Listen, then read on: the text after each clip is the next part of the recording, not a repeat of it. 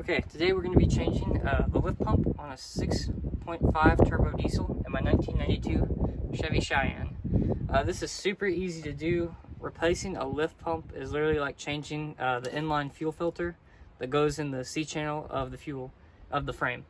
So it's super easy to do. It's basically just like changing the fuel filter. All it has is a little electrical connection. All you really need is a 3/4 wrench and a 5/8 wrench, and maybe a creeper or a piece of cardboard to lay on. You're also going to want a new lift pump. I'm not a super big fan of these OEM lift pumps, but it's what I'm going to run for now until I upgrade. So I just got me here a little AC Delco pump. So we'll go ahead and show you how to put that on. The thing I want to show y'all before we get under the truck is, it is marked on here which side is in and out. Well, it just says out on that side. And you can kind of look at how it fits under the truck to know if you're putting it in right. So you're out, that's gonna face towards the truck like that, up towards the front of the motor. But to find where your lift pump's located, on this is a single cab long bed truck. It'll be a little bit different for the different configurations, but you wanna go about kind of by the fuel tank, go up, slide under the truck. As you see here, we're just following the frame. Fuel tank's right about there. You can kind of see the edge of it. And then, boom, there is your lift pump. So what you're going to want to do is you're going to want to put the 3/4 wrench on here and the 5/8 wrench on this one. Spin them opposite directions. And one of them you have to spin up, one of them you have to spin down. You'll figure it out. And one will tighten, one will loosen. Whether you pull them, it's either pull them apart to loosen them, or I think you spin them, pull the wrenches opposite directions to loosen, and push them together to tighten, but it's easy to figure out. Here's your little electrical connection you'll undo for the lift pump. It's super easy. Just pull this tab off here. I can't do it with one hand, but you get the idea. And unscrew on this side here, and then pop in the new one and tighten it back up. And it is a good thing to note that once you undo this line, you're going to have a lot of diesel leaking out. So it's good to stuff some rags up around here.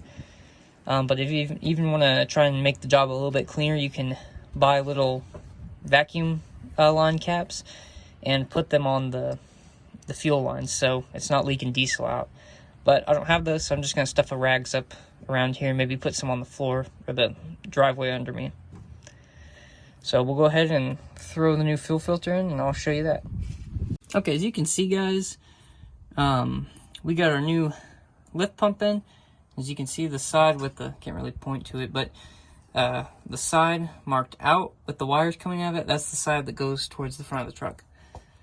So on these, you don't want to bear down super crazy, just tighten it up good enough. They weren't on there super tight when I took them off, and it hadn't been leaking or anything, so I think that should be good. I just kind of tried to match the amount of torque that I felt that the original one was on.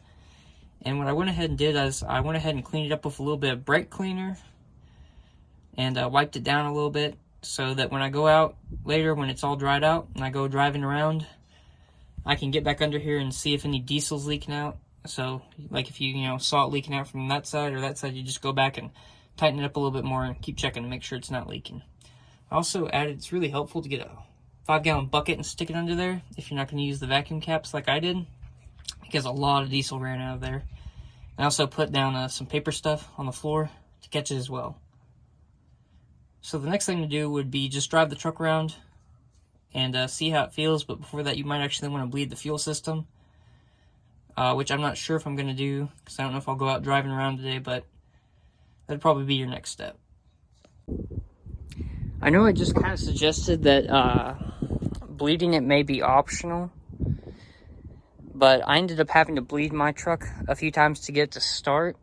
The original one, when he said he did the lift pump, I don't think he bled it, but maybe just because it's a little colder out, or for whatever reason, I ended up having to bleed mine because it would not start before I bleeded it.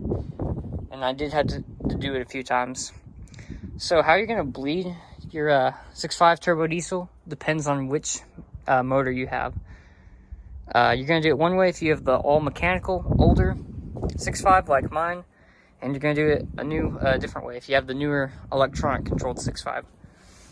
So on both of them, Or, well, I'll tell you mechanical first.